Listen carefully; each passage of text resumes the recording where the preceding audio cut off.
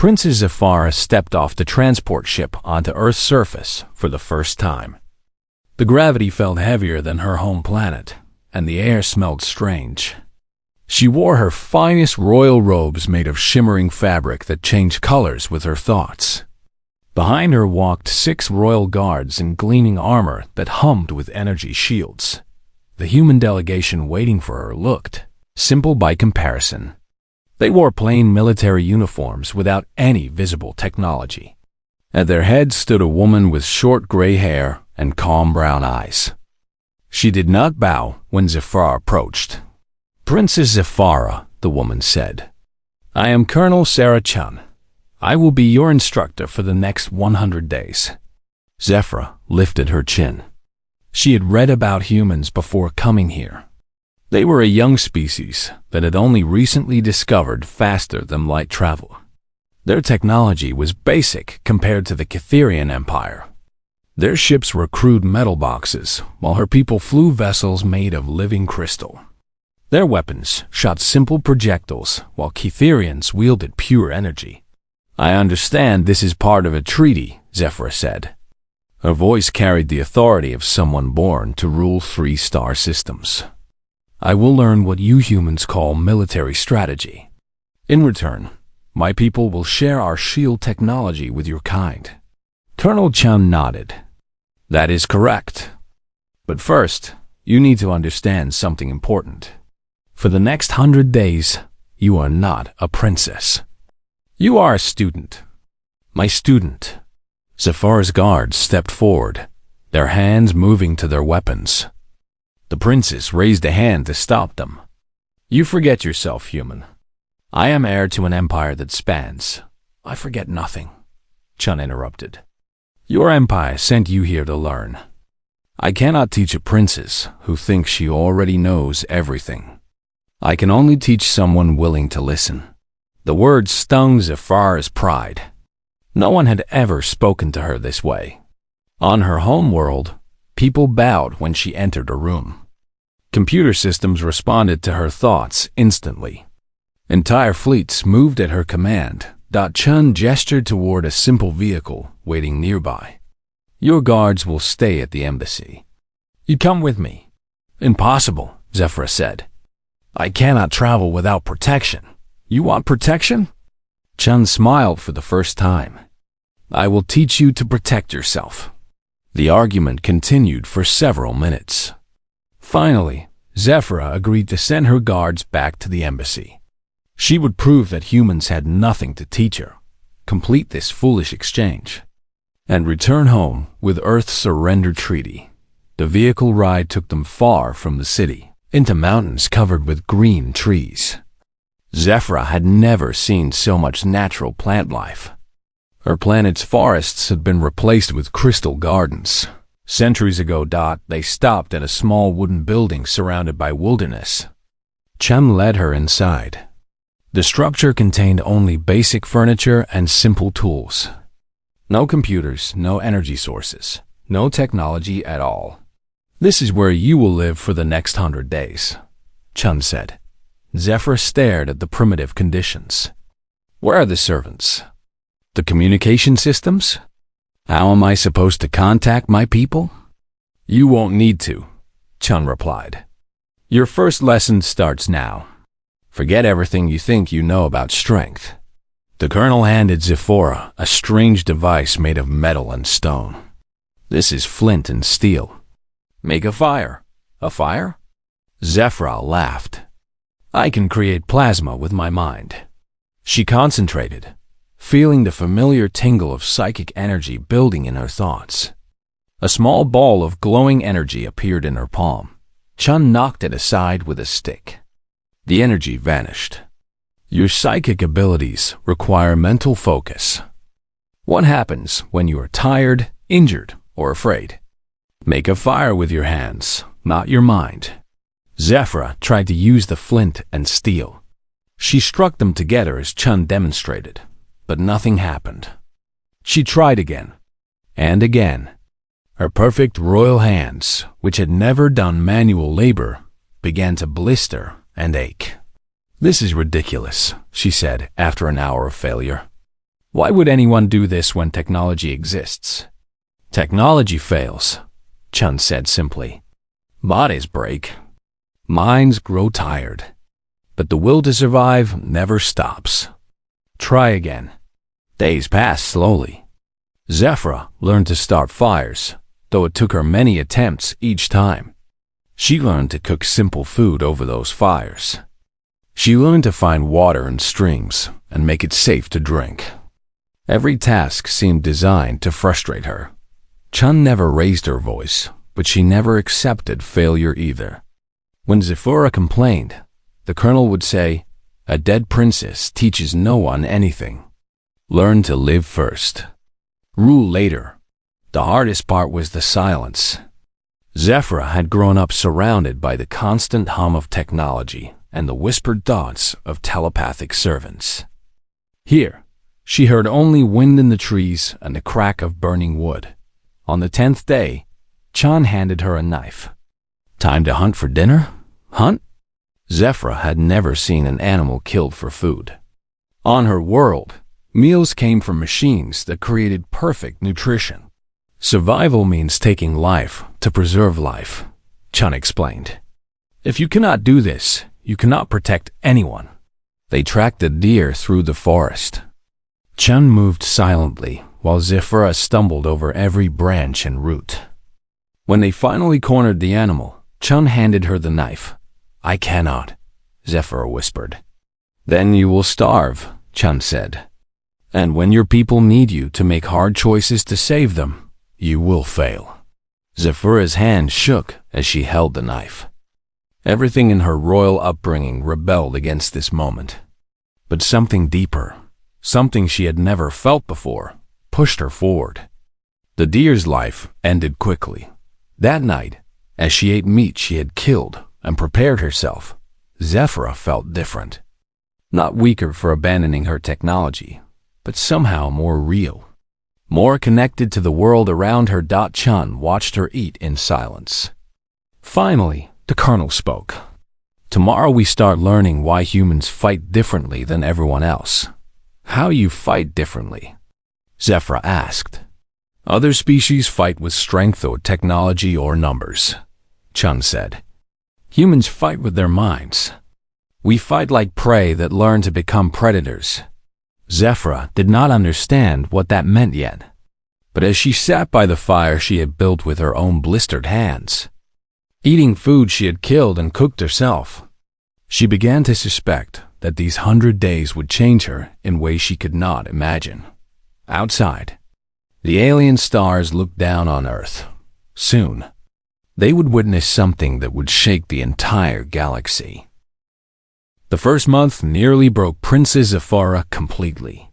Every morning, Colonel Chun woke her before dawn with tasks that seemed impossible. She learned to climb trees with rope and metal hooks. She learned to cross rivers without bridges. She learned to find food in places where nothing seemed to grow. Her royal hands, once soft and perfect, became covered in scars and calluses. Her expensive clothes were replaced with simple human garments that could survive the wilderness.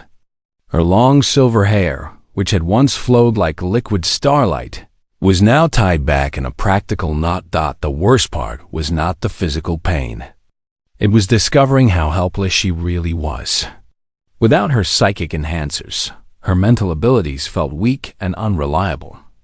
Without computers, she could not process information quickly. Without servants, she had to do everything herself.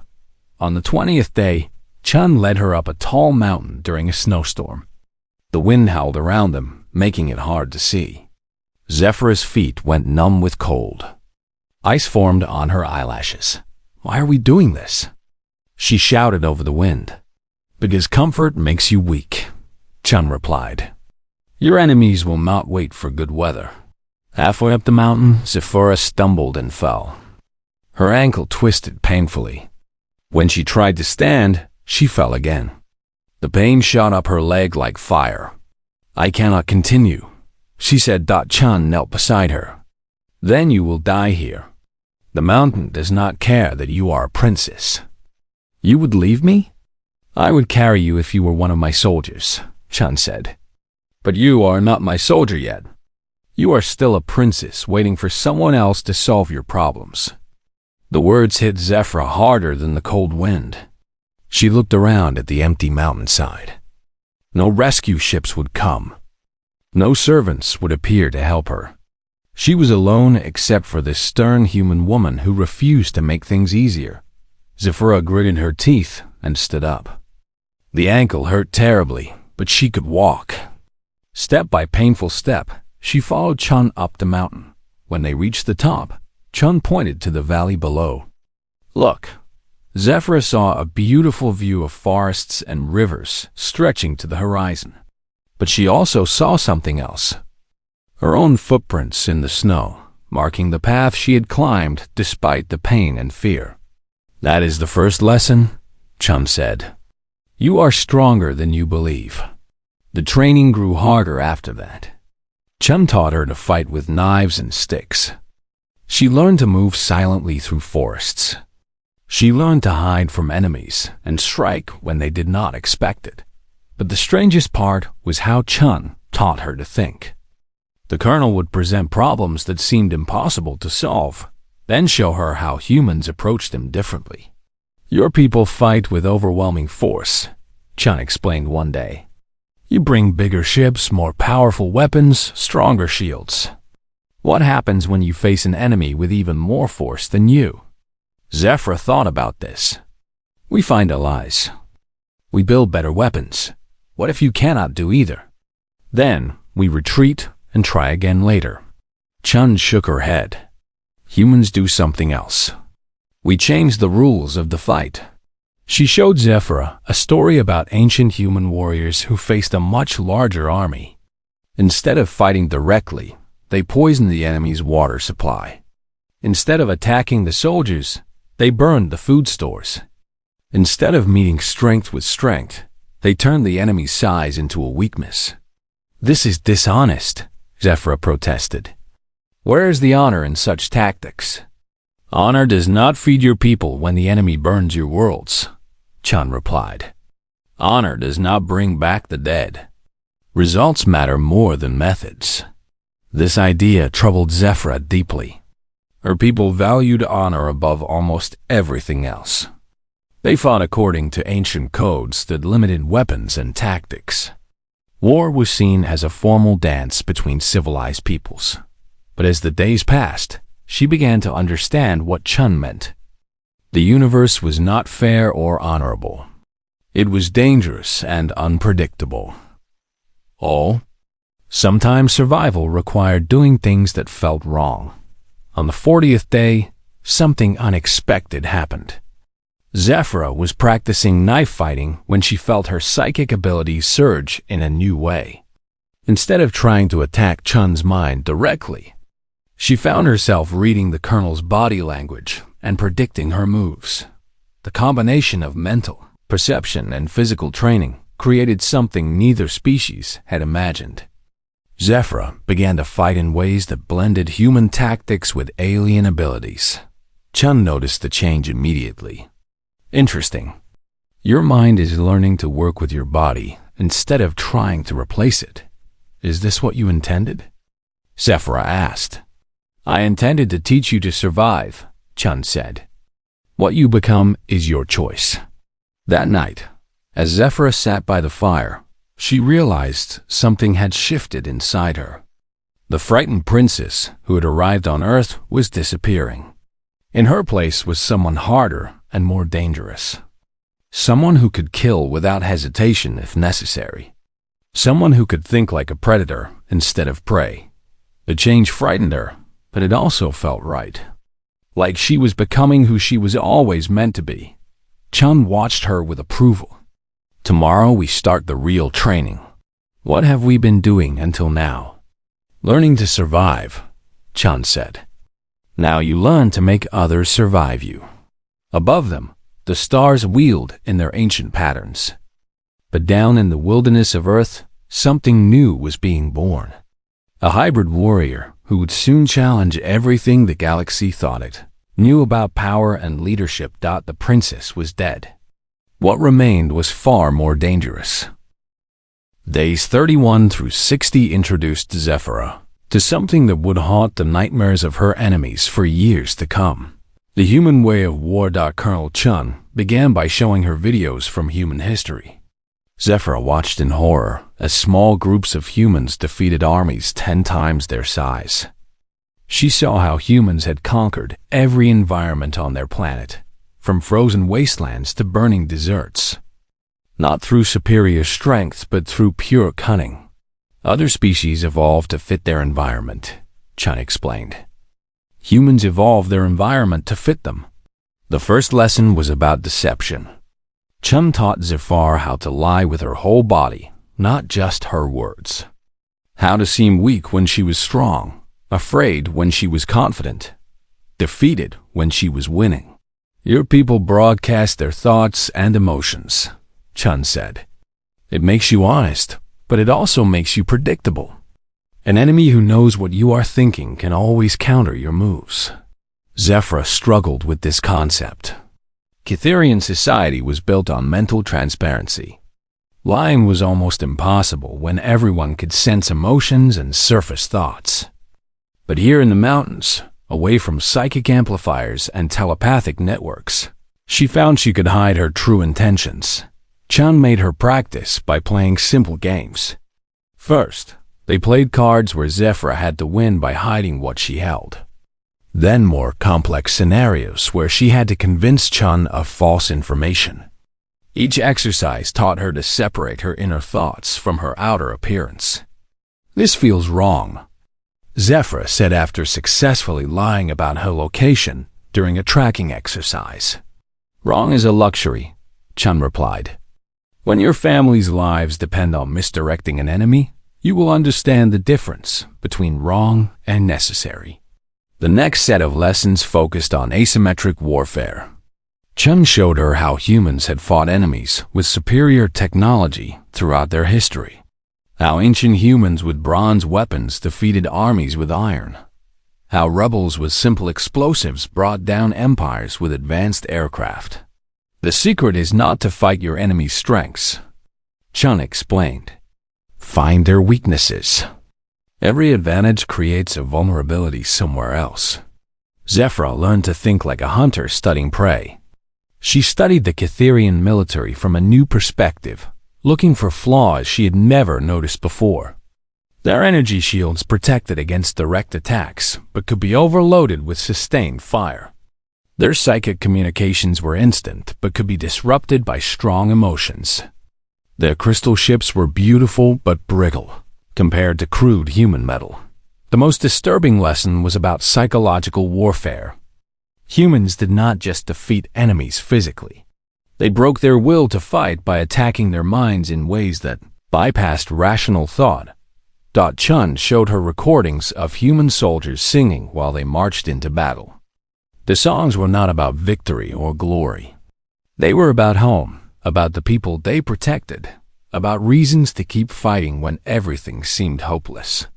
Fear can be overcome, Chun said. Pain can be endured. But hope and despair are more powerful than any weapon. Zephyr began to understand why the Galactic Council feared humans despite their primitive technology. Other species fought for territory or resources. Humans fought for ideas. They could turn any cause into a religious crusade that made surrender impossible. The training exercises became increasingly complex. Chun would present scenarios where Zephyr faced impossible odds, then force her to find creative solutions. She learned to turn environmental hazards into weapons. She learned to use enemy expectations against them. She learned to make small forces seem larger and large forces seem scattered. Most importantly, she learned to combine her alien abilities with human thinking in ways that neither species had imagined possible.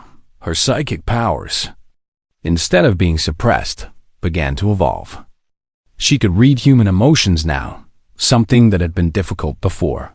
But more than that, she could project false emotions, making enemies feel confident when they should be afraid, or afraid when they should attack. She developed new fighting techniques that blended mental manipulation with physical misdirection.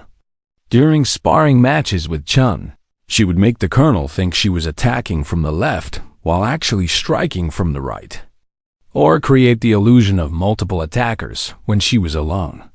Impressive, Chun said after Zephyra successfully used psychic suggestion to make her instructor walk into a trap.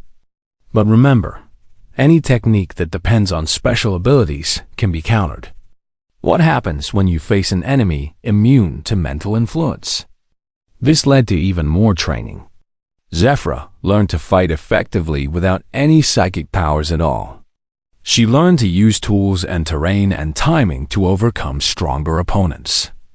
She learned that the most dangerous weapon was not strength or speed, but the willingness to do whatever was necessary to win. By day 50, reports of her progress began reaching the Galactic Council through human diplomatic channels. The content of these reports disturbed alien leaders across the galaxy. The innocent princess they had sent to Earth was learning things that challenged the fundamental assumptions of galactic warfare. Chun showed Zephyra some of these intercepted communications. Alien military commanders were demanding to know exactly what humans were teaching their student. Some suggested ending the exchange early. "They are afraid," Chun observed. "Of me?" Zephyra asked. "Of what you represent." For thousands of years, galactic warfare has followed predictable patterns. Superior technology wins. Larger numbers win. Greater psychic power wins. You are becoming proof that none of those assumptions are absolute. Zephyra felt a strange satisfaction at this news. The same alien nobles who had dismissed humans as primitive barbarians were now worried about what one human instructor could teach in 100 days. She was becoming something new. Not human, but not purely Cytherian either. A hybrid warrior who combined the best aspects of both species while being limited by neither. The final test of this section came when Chun presented her with a theoretical scenario. Defend Earth from a Cytherian invasion fleet with only human resources. Zephyra spent 3 days developing her strategy. When she presented it to Chun, the colonel went very quiet for a long time. "This could actually work," Chun finally said. "Is that surprising?" "Zephyra," Chun said carefully, "if your own people invaded tomorrow, would you use this plan against them?" The question hung in the air between them. Zephyra realized that somewhere during the past 60 days, her loyalty had become more complicated.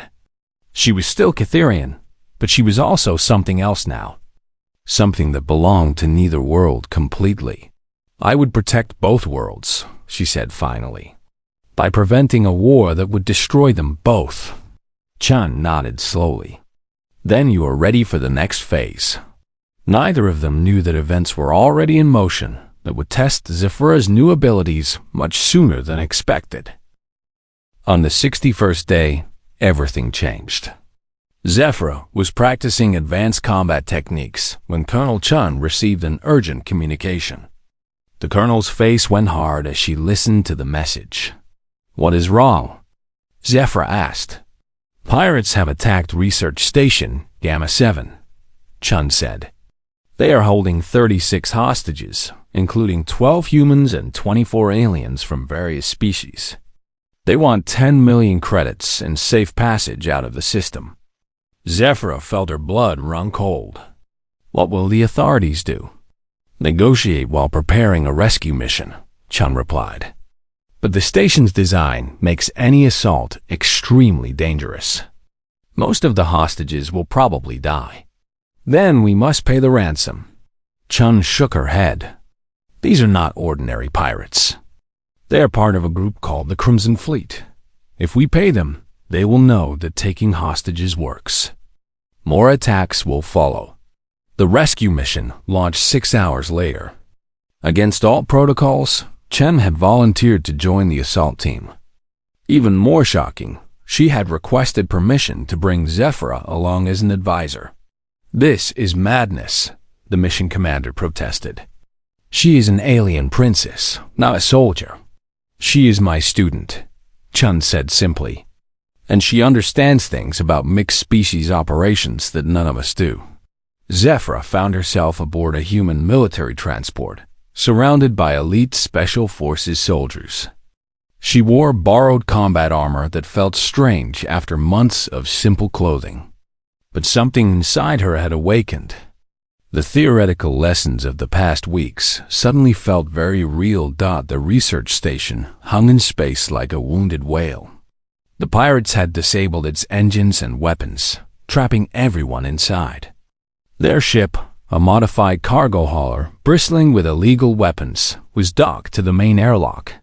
Standard assault plan would be to breach through the cargo bay, the mission commander explained. But the pirates have hostages scattered throughout the station. They will start killing civilians the moment we board. Zephyra studied the station's blueprints on the tactical display. Her mind, trained by weeks of solving impossible problems, began to see patterns. "The pirates made a mistake," she said quietly. "What mistake?" Chun asked. "They chose a research station? Look at the life support systems. The station has independent atmospheric controls for each section because they study dangerous materials. If we could access the environmental controls." The idea that formed in Zephyra's mind was purely human in its cunning. Instead of fighting the pirates directly, they would turn the station itself into a weapon. "You want to use the air system against them?" the commander asked. "Not against them," Zephyra corrected. "For them. We introduce a mild sedative gas into the sections where they are holding hostages.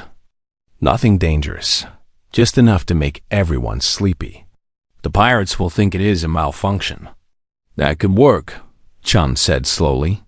"But someone would have to get inside the station without being detected. Someone who could access the environmental controls and coordinate with our assault team." All eyes turned to Zephyra. She felt a moment of pure terror, then something else. Excitement. For the first time since arriving on Earth, she had a chance to use everything she had learned. "I can do it," she said. The infiltration was the hardest thing Zephyra had ever attempted. Using techniques Chun had taught her, she approached the station in a maintenance pod, moving slowly to avoid detection. Her psychic abilities, enhanced by months of training, allowed her to sense the emotions of everyone aboard the station. She could feel the fear of the hostages, the anger and greed of the pirates, the cold determination of the human soldiers waiting outside. But she also felt something new, confidence in her own abilities. Getting inside required everything she had learned about stealth and misdirection. She used maintenance shafts that had not been designed for people, crawling through spaces barely wide enough for her body. Her enhanced senses guided her through the darkness. When she reached the environmental control room, she found it guarded by 2 pirates. Here, her hybrid abilities proved their worth. She used psychic suggestion to make them believe they heard sounds in another part of the station. While they went to investigate, she accessed the control systems. The sedative gas was already stored in the station's emergency supplies. Research facilities kept various atmospheric agents for containing dangerous experiments. Zephyra carefully introduced trace amounts into the life support systems for the hostage areas. Then came the hardest part. She had to coordinate with the assault team while avoiding detection by increasingly paranoid pirates. Using hand signals visible through viewports, she communicated the pirates' positions to Chun's team. The rescue operation began 30 minutes later. By then, most of the hostages and several pirates were drowsy from the sedative. The assault team moved through the station like ghosts, taking advantage of the confusion to neutralize threats without firing a shot in most areas. But the operation nearly failed when the pirate leader, a cunning Valerian with natural resistance to atmospheric agents, realized what was happening. He barricaded himself in the command center with 6 hostages and threatened to blow up the station's reactor. This was where Zephyra's training truly mattered. Instead of trying to storm the command center, she used her understanding of pirate psychology against the leader. She contacted him through the station's communication system, claiming to be a Cytherian diplomat offering to negotiate. The pirate, thinking he now had a valuable hostage, agreed to meet with her. When Zephyra entered the command center, she appeared to be exactly what the pirate expected: a young, frightened alien noble trying to buy her way out of danger. She offered him twice the ransom he had originally demanded, plus safe passage to any system he chose. The pirate leader relaxed, thinking he had won. He even released 2 of the hostages as a gesture of good faith. That was his fatal mistake. While pretending to transfer the money, Zephyra was actually mapping the room with her enhanced senses and sending tactical information to Chun's team. When the pirates were distracted by the apparent windfall, she used psychic suggestion to make the leader look away from the main entrance. The rescue team breached the command center at that exact moment. The remaining pirates were neutralized before they could harm any hostages. The entire operation was over in minutes. Later, as they returned to Earth, Chun found Zephora staring out at the stars. The princess looked different now. Not just physically, though months of training had changed her body. Something deeper had shifted. "How do you feel?" Chun asked. "Different," Zephora replied. "Like I finally understand what you meant about becoming more than what I was born to be. The Galactic Council is going to have questions about your involvement in this mission." Zephora smiled, and there was something predatory in the expression. "Let them ask. I am looking forward to the conversation." News of the rescue spread quickly through diplomatic channels. An alien princess had not just survived a human military operation. She had been instrumental in its success, using methods that no previous galactic civilization had imagined possible. The implications were staggering. If one student could learn so much in 60 days, what could a trained force of hybrid warriors accomplish? What would happen when Zephara returned to her people with this new knowledge? For the first time in galactic history, advanced alien civilizations began to fear that they might not be as superior as they had always believed. On the 100th day, Princess Zephora stood before the mirror in her temporary quarters and barely recognized the person staring back. Gone was the soft, pampered royal who had arrived on Earth 3 months ago. In her place stood someone harder, more focused, and infinitely more dangerous. Her hands were scarred from training. Her body was lean and strong from months of physical challenges. But the biggest changes were invisible. Behind her eyes lay knowledge that would reshape the galaxy's understanding of warfare and leadership. Colonel Chun found her packing the few possessions she would take home. "Having second thoughts?" the colonel asked. "No," Zephora replied. "But I know that everything changes from this moment forward. My people will not understand what I have become. Understanding comes with time. Fear comes first." The journey back to the Cytherian Empire took 3 days. Zephora spent the time in meditation, preparing for what she knew would be a difficult homecoming. Reports of her involvement in the hostage rescue had already reached the Galactic Council. She could sense their nervousness through their carefully worded diplomatic messages. When her ship arrived at Cytheria Prime, the reception was cooler than expected. Her parents, Emperor Valdris and Empress Liana, greeted her formally in the Crystal Throne Room. Behind them stood the High Council, their faces showing barely concealed concern. "Daughter," the Emperor said, "you return to us changed." "I return to you improved," Zephora corrected, noting how the subtle difference in words affected the room's atmosphere. "We have heard disturbing reports," Empress Liana said, "that you participated in military action against criminals, that you used methods unbefitting a royal of the Cytherian Empire." Zephora felt the familiar tingle of psychic probes as the council tried to read her thoughts and emotions. But months of training with Chun had taught her to shield her mind in ways her people had never imagined. Instead of blocking the probes, she fed them carefully chosen information. "I learned to protect our people more effectively," she said simply. "By abandoning Anna?" demanded Chancellor Vex, the eldest council member. "By embracing the savage methods of the humans?" "By evolving beyond the limitations that make us vulnerable," Zephyra replied. "Would you prefer I return unchanged, having learned nothing?" The question hung in the air like a challenge. Emperor Valdris leaned forward on his crystal throne. "Show us what you have learned."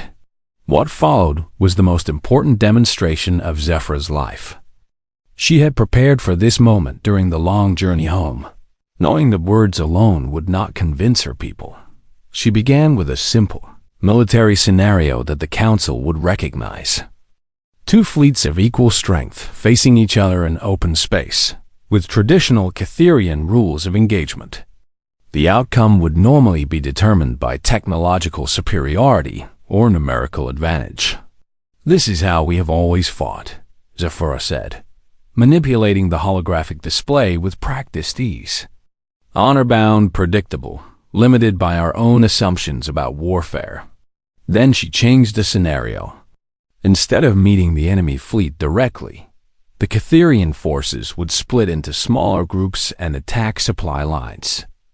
Instead of engaging in formal battle, they would use the environment itself as a weapon, drawing enemies into asteroid fields where superior numbers became a disadvantage.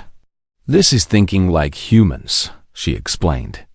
"Not abandoning honor, but expanding our definition of victory to include protecting our people rather than just following ancient codes." The council murmured among themselves, some impressed, but others clearly troubled. Chancellor Vex stood. "These tactics may work against pirates and criminals, but what of the Galactic Accords? What of the treaties that keep peace between civilized species?" Zephyra smiled, and those watching felt a chill they could not explain. "The Accords assume all sides follow the same rules. What happens when we face enemies who do not?" She activated another holographic display, this one showing intelligence reports that had been classified until recently. A new threat was emerging from the galactic rim, a species called the Devourers that consumed entire planets and recognized no diplomatic contact. "They are coming," Zephyra said quietly. "Our scouts estimate 18 months before they reach inhabited systems. Traditional galactic military doctrine will fail against them because they follow no rules we recognize." The room fell silent. Everyone present had seen the reports, but no one had wanted to discuss their implications. "You propose we abandon everything that makes us civilized?" Emperor Valdris asked. "I propose we save everything that makes us civilized," Zephyr replied, "by becoming willing to adapt our methods to ensure our survival." The debate that followed lasted 3 days. Zephyra presented case studies from human history, showing how rigid thinking had led to the collapse of countless civilizations. She demonstrated new fighting techniques that combined Catherian psychic abilities with human tactical thinking. Most importantly, she proved that evolution did not mean abandonment of core values. On the 3rd day, news arrived that changed everything.